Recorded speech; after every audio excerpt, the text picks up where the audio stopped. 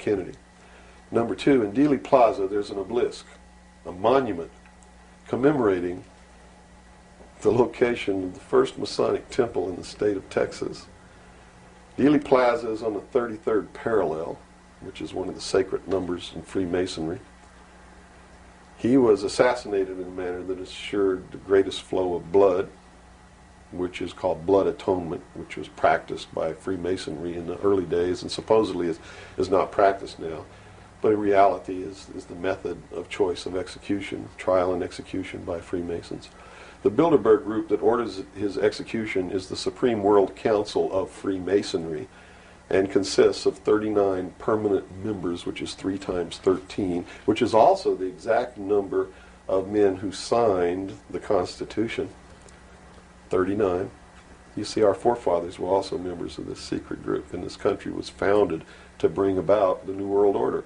And it's all in the Great Seal of the United States, which was, and that the design of the Great Seal was made law in 1782. It's just absolutely incredible that the American people don't understand that groups of men don't get together and meet in secret and take blood oaths which say that they can be cut open and their heart ripped out of their body and their intestines scattered over the floor if they talk about the secrets. That's not a benevolent fraternity. That's a dangerous group of men. Grown men don't play games like that. They're serious. It's the secret societies who are bringing about the New World Order. They're the ones who killed John F. Kennedy. There's nothing wrong with our Constitution or our Bill of Rights. But Americans are going to be convinced that our government sucks. And that's what all this stuff is all about. So at the beginning, the founders of this country actually did create what was I guess you could say, an above-board good government basis for a good government. Yes. They gave us every tool to ensure the success. But it was an experiment, you see, because man had always claimed that he could rule himself, but had never been allowed to do that. Even in ancient Rome, they call it a democracy. The man didn't rule himself. He was ruled by other people who made man think he was ruling himself. But the truth was, a Roman centurion could march down the street and grab anybody they wanted to and make you do whatever they wanted to, or just execute you on the spot. And that was the truth of the matter.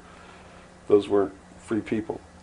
In the history of the world, there had never been a people who were truly free or who truly ruled themselves until the United States of America was created as a republic by which we ruled ourselves through elected representatives whom we sent to the State House, either in the States or to Congress, to do it. They also gave us every tool by which we would destroy ourselves if we weren't capable of doing it. The United States and France, the revolution in this country and the revolution in France, were created to bring about governments which would function as the antithesis to the kings and queens of the world and cause them to topple off their thrones. It also gave man a chance to prove once and for all whether he could rule himself or not. And if he could, fine. That would be the New World Order. If he couldn't, they built the tools into the Constitution to allow them to take it away from us. And those tools are the creation of the federal democracy within the boundaries of Washington, D.C., and the right to contract, through which, if we were irresponsible, we would contract to receive rights from that federal democracy and thus, in return, give up our freedom. And that's exactly what's happening. It's exactly what we've done. John F. Kennedy was short-circuiting the New World Order. He had ordered the printing of constitutional money, United States notes, which would have destroyed the Federal Reserve, which is not an agency of the United States government. It's a private corporation owned and operated by the world bankers, controlled by the Illuminati. And its purpose was to destroy the middle class in this country and thus our economy, and throw us at the mercy of the New World Order. And we see this unfolding now. You see it unfolding now. You are seeing, and I predicted this well in advance, you are seeing the destruction of the economy of the United States. And it will continue. It will not get better. It's downhill from here on out.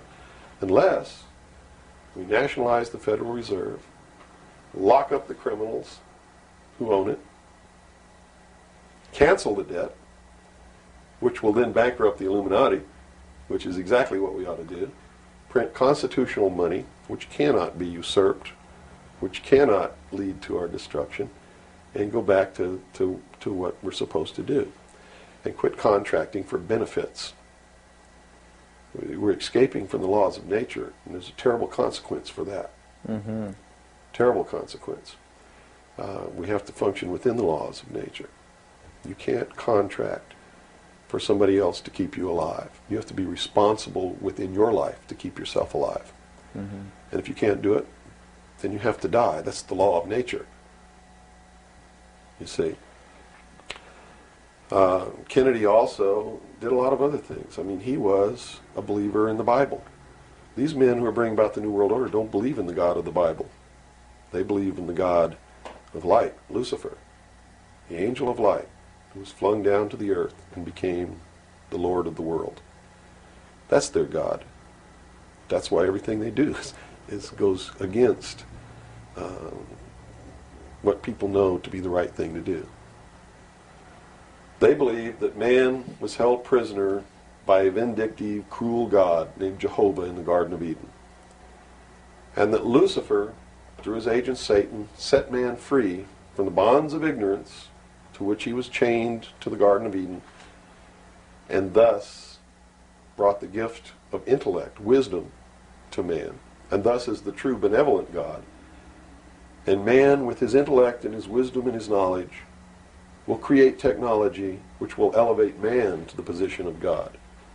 And all this is allegorical. Don't take the story literally, you see, because it's all allegorical. They believe that intellect, reason, is the light, is the true God, is what makes man God. And I'm not going to debate the right or wrongness of that, because who the hell knows. But I can tell you that they pervert whatever it is that might be divine about their philosophy by becoming what they profess to destroy. To destroy, yes. And so, in their zeal to bring about the New World Order, they destroyed the political will of the nation when they assassinated John F. Kennedy, which has furthered their goals, because it made a lot of people feel so helpless that, God, if they can kill the president, who am I? You know, what can I do? I'm just one lonely, helpless person. So they quit voting. They abdicated their power. And, of course, through agents like Robert Groden and many others, Oliver Stone, they're being convinced that our government sucks, that our government is the problem, that the Constitution doesn't work, that the Bill of Rights aren't real. We're playing right into their hands, in other words. We're playing right into their hands, because there's nothing wrong with the Constitution or the Bill of Rights or our government. It's the people. You see, it's been infiltrated, and from within, they are eating at the heart of this nation like a cancer, this secret society. They are destroying it. They are subverting it. Our Constitution has not been allowed to work since 1945, and maybe even earlier. And they have been working behind the scenes to bring about a one-world totalitarian socialist government with the Communist Manifesto as its platform, through the United Nations, which was created by this nation from an older organization called the League of Nations, which was the original foundation. And at the highest levels of our government, the Constitution's already been scrapped, and they are working under the aegis of the UN Participation Act and the United Nations Charter. Which says what? Which says that there are no rights, there are only what you call privileges. And privileges can be granted or taken away at will by the state. Quite frightening scenario. It's a very frightening scenario, and people better wake up to the fact that unless they wake up and do something about it now, there's only going to be one alternative. And that's either take up arms, restore the Constitution, and the blood will run in the streets of America, or reach down and put the shackles around your own feet and march off into slavery peacefully. Guy you wanted to marry or something like that. You're playing right into their hands. They've made it so impossible for another Abraham Lincoln to get elected to the office of president that it's a wonder that we even have a chance at all. We need to send people to Congress and to government who are going to clean house. Kick all the members of secret societies out of the bureaucracy. Lock them up. Try them for treason. Because they are traitors. So one thing that may help is term limitations. We must have term limitations, and it must be only one term. And forget all this nonsense that anybody who goes to Washington don't know what's happening. They don't know what's happening simply because they haven't taken the time as citizens to understand how our government works before they ever go to Washington. You see, it should be a process that starts in infancy. It works its way up. And everybody should be taking part in the government. Now, if someone came in to office with this kind of knowledge and with this kind of intent to really push these people out, would they not be eliminated immediately? Not if they have the people behind them, because what the people would do in one fell swoop, in one election, would elect people who've never served in government before, kick the incumbents out, send citizens to Washington. And here's the way it has to be done. You know, right now, you don't even pay your congressman. You know who pays your congressman? The federal democracy of the District of Columbia. The federal government pays your congressman, who's supposed to be representing your state and you. The federal government is a foreign country to your state. Why should he represent you? Not only that, but he moves to Washington, D.C. He maintains a residence here, but he doesn't live here. And as long as you re-elect him, he continues to live in Washington, D.C. forever if you keep re-electing him. So they lose all touch with what's back here. They're paid by a foreign government, the federal government. They're not paid by the sovereign state of Georgia or by you. They have to be paid by you. And they have to live here. They can't move to Washington, D.C. They go to Washington, D.C. for one term. Okay? One term only. When that term's up, they have to come back. And you don't pay them exorbitant funds. You pay them just enough to live on comfortably while they're there. No fancy giant cocktail parties, none of this crap. And you take care of their family. See, they don't take their family either. That's the other clue. They leave their family here, where they live. You, the people of Georgia, take care of their family and their business or their farm or whatever it is they have while they're gone. Now do you think they have a vested interest in representing you? They sure would under those conditions. Yeah. But under the conditions they go under now, they have no interest whatsoever in taking care of you. Now let's look at the current... They're taking care of themselves. The current crop of presidential candidates. Is there anybody even running that represents something that we're talking about here? No, all of them are New World people. Tsongas, in his book, everything that he's written touts the New World Order. All of it, right for Tsongas' literature. You're going to see New World Order, New World Order, New World Order, New World Order. Clinton, the governor of Georgia, was selected in 1991 by the Bilderberg. Governor of Arkansas was selected in 1991 by the Bilderberg group in Baden-Baden, Germany, to be the new president of the United States. Remember what happened to Gary Hart? What did he do? He went out on a boat with a woman who wasn't his wife, and he was destroyed. Look at Clinton. What's happened to him? Nothing. The press is on his side. They're helping the guy. You know why? Because he was chosen by the people who own the press to be the next president of the United States. Now, I don't know if he will be or not. That's up to the American people. But if they get their way, he will be. Bush is one of the most heinous criminals that's ever walked on the face of the earth. Bush is the man who's been a CIA agent since his college days. He's a member of the Skull and Bones, the Russell Trust. He was initiated in a casket with a ribbon tied around his genitalia, which symbolizes that he's a priest in the temple of Isis. A pagan, this guy. This man is a member of the mystery schools. Well, he has the outward appearance of a good Christian, church-going Christian, no? They do whatever they have to be approved by the people, but in secret, they're not at all. This is a man who practices pagan religious rituals, magic. Doesn't matter what you think of all these things. I'm just telling you, this is what he does in secret. He is the man who, when he was chief executive officer, when he was president of the offshore division of Zapata Oil, organized and began the first large-scale drug smuggling operations into this country. George Bush is the one responsible for the drugs on the streets. And the war against drugs is not a war against drugs, it's a war against the Bill of Rights. We've already lost the Fourth Amendment in this war. That's true. And we're going to lose everything else. You watch on, it amazes me, people watch on Saturday night, cops, top cops, tough cops, 911.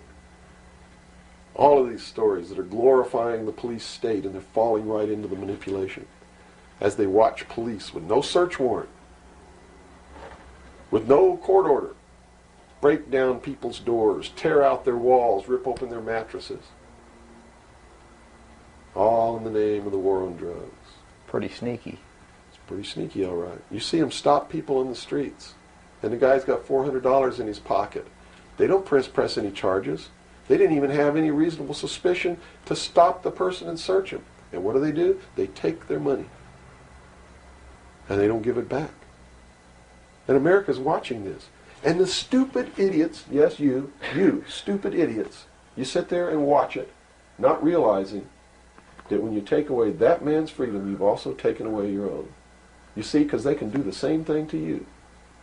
Just because you talk a way that they don't like you talking, or because you wear red shoes and they don't like red shoes, they can do the same thing to you. And under the new law, without a court order, without a search warrant, they can break down your door, they can rip open your mattresses, your couches, your walls, they can trash your house. All in the name of the war on drugs. And let's say they don't like the color of your shoes. All they have to do is drop a little pouch of cocaine in your living room, behind your couch, and find it and say, aha, you're a drug dealer. What happens then? Now they can confiscate your house, all your possessions, all your property, all your bank accounts, all your cars, boats, vacation cottages, whatever you have. And they can auction it off within 24 hours without ever even pressing charges against you. Without a court order, without due process, without just compensation. And there's not a damn thing that you can do about it. Not a damn thing. At least right now. At least right now. And the reason you can't do a damn thing about it is because you're the one who brought it about through your stupidity. You're mentally crippled.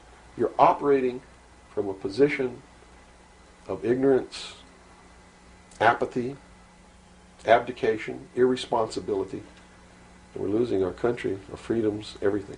Now, these are strong accusations of the American public. What do you hope to accomplish by angering the very audience that you want to watch and listen to you? Go prove me wrong. Go make me the idiot. In so doing, you're going to find out what the truth is, and maybe you'll wake your up. And if you do, maybe we can save our country. Because I don't really care at this point whether you get mad at me or not. My country's disappearing. My freedoms are disappearing. My daughter's going to live as a slave in the New World Order if you people don't wake up and help me. So, if I had a 2x4, literally, I would smack you upside the head with it. I don't care if you get mad at me. It's beyond that state. You know, I'm willing to put my life on the line. Why would I care if you get mad at me? Mm-hmm. You know? People say, well, don't you feel threatened? Don't you feel like your life is in danger? Are you kidding? You're the people who sent your sons and daughters to fight an illegal, immoral, unjustified war in the Middle East? And that didn't bother you a bit, that they might have got killed over there, and you're worried that I might get hurt or killed? Right here, really defending my country? Really fighting in defense of the Constitution? Right. You brought up the Persian Gulf War. That's something that's still on a lot of people's minds. Based on what you're saying, what was the reason for that war? They should feel really guilty. They should feel really bad about that. I mean, what about a Saddam Hussein that everyone seems to agree is you know, the evil man here, that we had the right to go in and punish, destroy, or whatever? Well, it's funny that the man who purported to want to destroy Saddam Hussein was the man who really built Saddam Hussein when he was in the Central Intelligence Agency. We have been building up Saddam Hussein's arsenal. His technology comes from us in the Soviet Union. We built him up to create that war. We did it for a purpose, and the purpose was Look at this. If George Bush knew what he was doing, how come he didn't know what he was doing? Here's what he said. We've got to send troops to the Middle East because we can't afford to pay $26 a barrel for oil. That's on tape. Next he comes out and he says, no, it's not about the price of oil. It's because Saddam Hussein's not going to stop at Kuwait. He's going to go into Saudi Arabia, and those are our friends, our buddies. So we got to go defend Saudi Arabia. And then James Baker says in a press conference, nope, it's not about Saudi Arabia. It's not about $26 a barrel for oil. It's about jobs. Folks, we're going to get you a job, and to do it, we're willing to kill your sons and daughters. Yes, sir, we'll send them off to get killed so that you can have a job. Prosperity. That's what it's all about. Well, what was the actual scenario if we hadn't have gone in? Well, see, that's not the end of it yet. Okay. Then George Bush comes out and says, whoa, the White House is flooded for telegrams. They don't want their sons and daughters to get killed for a job. It's not about jobs. It's about naked aggression. Yes, sir, there's a little Hitler over there called Saddam Hussein. Yeah, and we're going to go destroy him because the world doesn't need another Hitler. Never mind Pinochet in Chile, who's another Hitler. Never mind all the other Hitlers in the world. Was that Never mind Tiananmen Square. Well, then people would say, well, the American government's not interested in that because money is not in it's the oil here. We're talking about money. No. So you're saying it's not even that. No. They've been planning this war for years. In fact, Arco Press wrote a book about it. The name of the book is Rapid Deployment Forces. It was published in 1985. It names Kuwait as the country. It talks about Operation Bright Star, where they've been practicing the war every year since the early 80s. Sending troops over there practicing the war. Liberating Kuwait. It's even named in the book. The whole thing was spelled out years ago. What it was all about was to establish the New World Order. You see, because for the first time in the history of the world, it's established the legal international precedent that the United Nations could pass a resolution and send its police force to enforce that resolution, and that the member nations would have to pay for that action. And George Bush said it very clearly, but nobody was listening, when he said, no longer will any nation stand against a world united.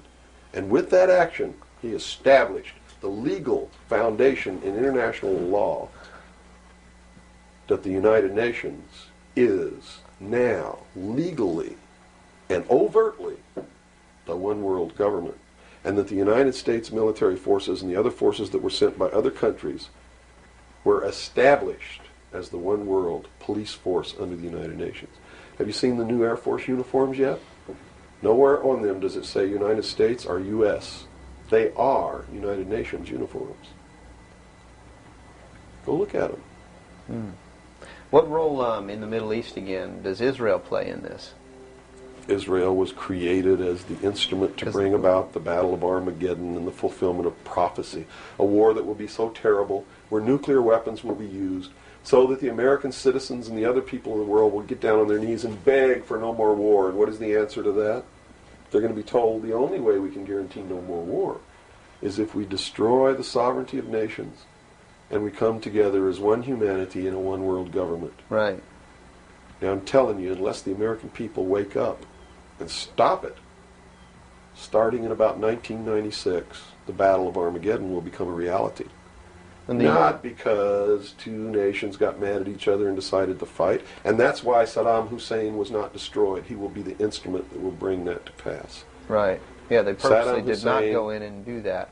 Saddam Hussein will be portrayed as the Antichrist. Babylon is in Iraq. Read the book of Revelations. Whether you believe in the book or not, read it, because the men who are bringing this about are using it as their script. Well, the UN did indeed charter Israel as a sovereign nation. They were the ones who created this state. That is correct. It was really created by Great Britain and the United States, with the United States being the major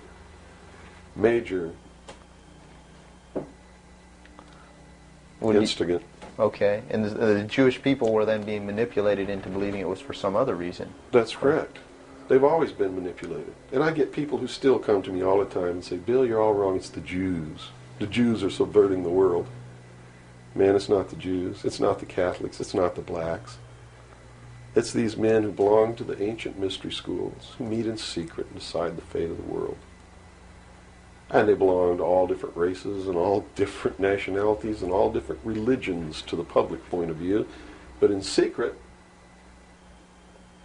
it's a different story. How about the European community? Here seems, based on your theory, another group of sovereign nations coming together to form one government. The European community, the EEC, was created by the Central Intelligence Agency, working through a lodge in Italy called the P2 Lodge. Propaganda 2 is the name of it, which is the intelligence arm of the Vatican, and Prince Bernhard, who is the leader of the secret World Council that controls these secret societies around the world, called the Bilderberg Group.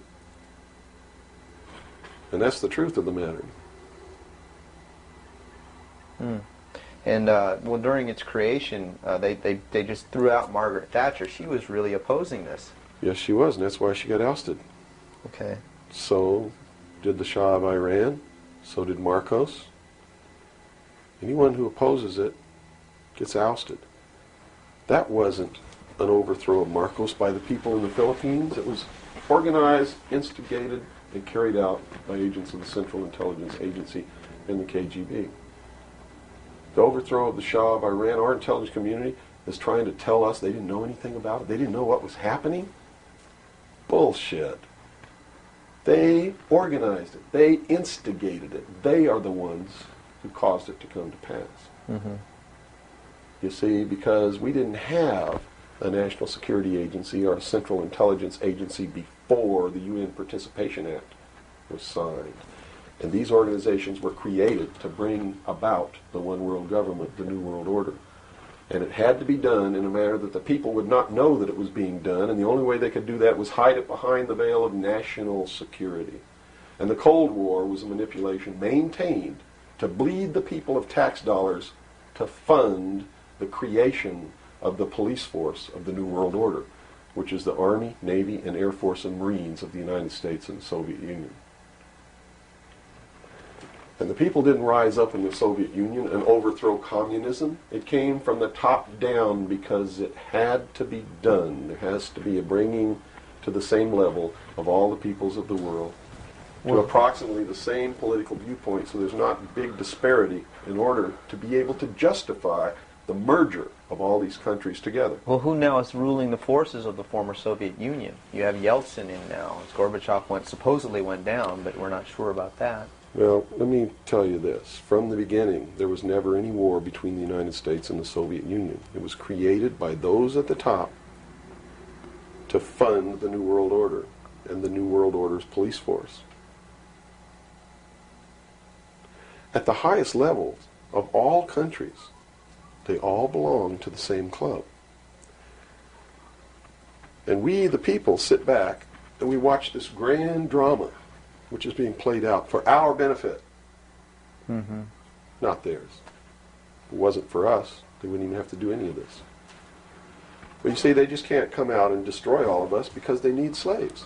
They need people to make their shoes and make their cars and mine the ore.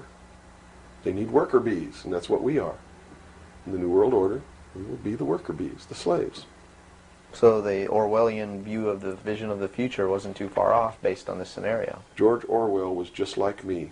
He was a low-level member of British intelligence who was appointed to a position high enough where he saw the same documents that I saw. And he tried to warn the world just like I'm trying to warn the world, only he wasn't willing to take the risk that I'm willing to take. So he wrote it in a book called 1984 and spelled out exactly what's coming as a warning to the people of the world, as a work of fiction. But you notice that that work of fiction really stirred people up because they knew that it wasn't fiction. In their heart of hearts, everyone who's read that book knows that it's coming. It's a possibility. Most people won't recognize it overtly or publicly, because then, if they recognize it, they have to be responsible to do something about it. And that's what every one of you have been resisting all your life, is being responsible to do something about it, to get involved. That's why you'll walk away from a girl being raped on the street by a gang of thugs rather than go and try to help her. And I'm not talking to all of you. I know there's some of you out there just like me, but most of you are just exactly what I've just described. Most people are no better than animals who do not have intelligence because they don't use their intelligence. And to these men who control things behind the scenes, you are stakes on the table by choice and consent, and will always be ruled and manipulated and enslaved by people who do use their brains. As long as we're debunking some myths, because it's putting pieces of this puzzle together, I think, for a lot of people that may be watching. The hostage situation in Iran that got Carter out of office, is this another orchestration? And if so, how does it fit into the October surprise is no myth. There was a deal made. There was a deal made at the highest levels to keep the hostages until after Reagan was elected.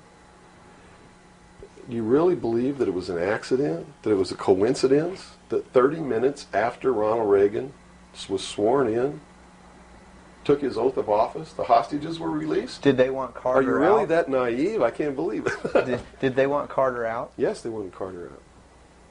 They wanted Carter out. He wouldn't play by the rules? Or what was I don't know why they wanted him out, but they wanted him out. Carter was ineffective. He did not have the support of all the American people. They need people who can manipulate the American people so that they have their support. My message is to you is don't support anybody unless they're doing what we know to be right. Don't believe them. Don't fall for the manipulations. Double check everything they say.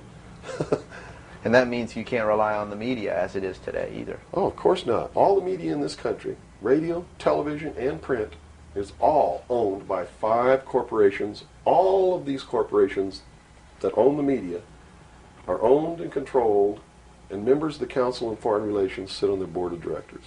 Can you name those 5 corporations? Is that... Not off the top of my head. Okay. I could try, but I don't want to take a chance on being inaccurate. But you can trace that yourself. Okay. Remember, if you go down and you trace the ownership of a station or a newspaper, and you get to a corporation, remember that somebody owns that corporation, and it's usually another corporation. But when you trace the interlocking of all these things, when you get to the top, there's 5. And all journalists know that there's some things you don't write about, and you don't talk about, because you'll lose your job. And that's where the control is. And that's why they pay anchormen like Dan Rather $2 million a year, because he doesn't question them. He knows that if he goes against them, he's going to lose $2 million a year. Do you think a man that looks pretty and sits in front of a TV camera for the 6 o'clock news is worth $2 million a year? No way. I don't care how long he works, and I don't care what he does. There is no job worth $2 million a year. That's why they pay athletes these fantastic salaries. I was listening to the radio the other day. They just contracted to pay one player on one team $6 million a year. Can you believe this? And why is that? It's the Roman circus. What does the emperor do when the people become restive, and when the people are asking questions, and when the people don't like the policies of the emperor? He sends them to the circus. He creates a circus. He builds a giant coliseum.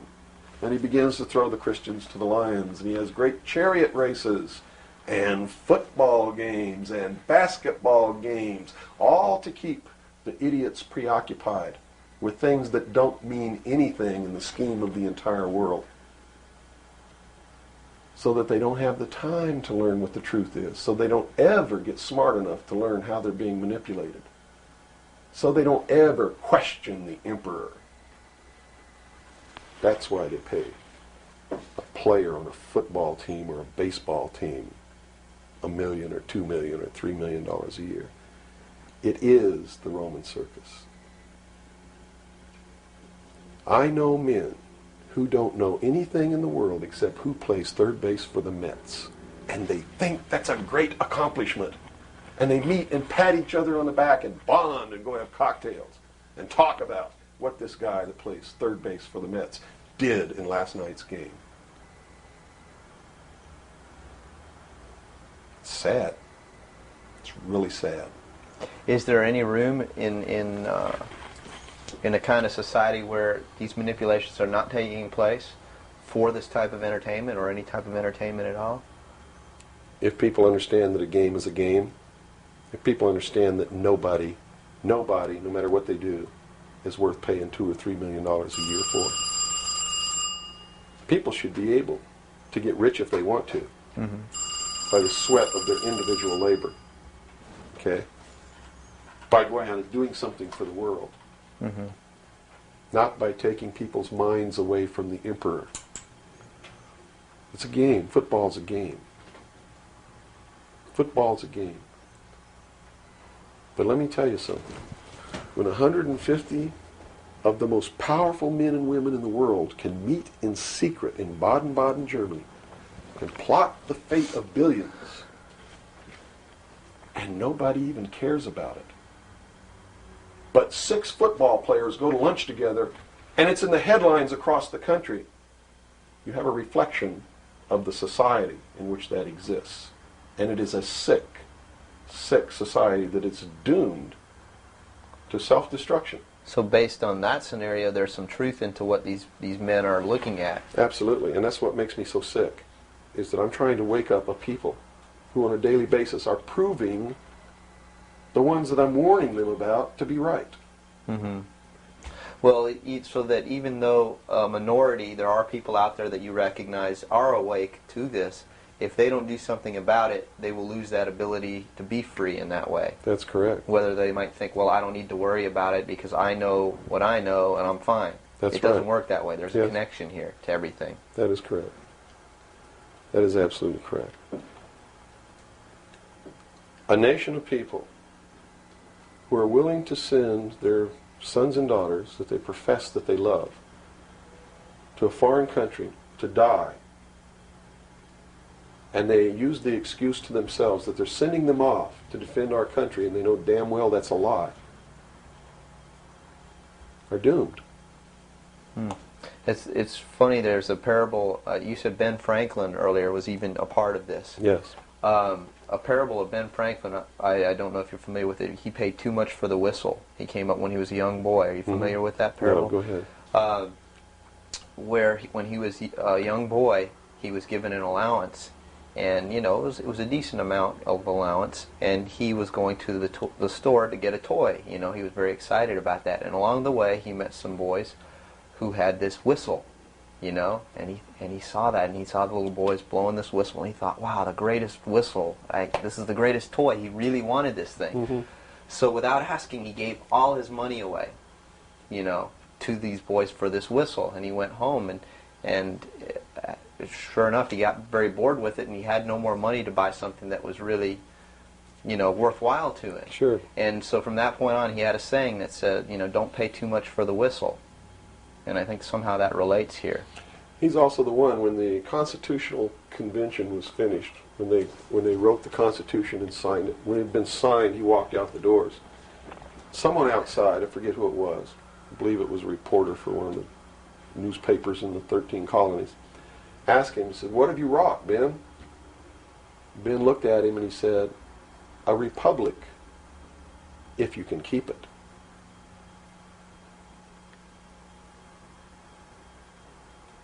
He knew. He did. And that's a good place to end. Yeah, I think so. That's a great ending.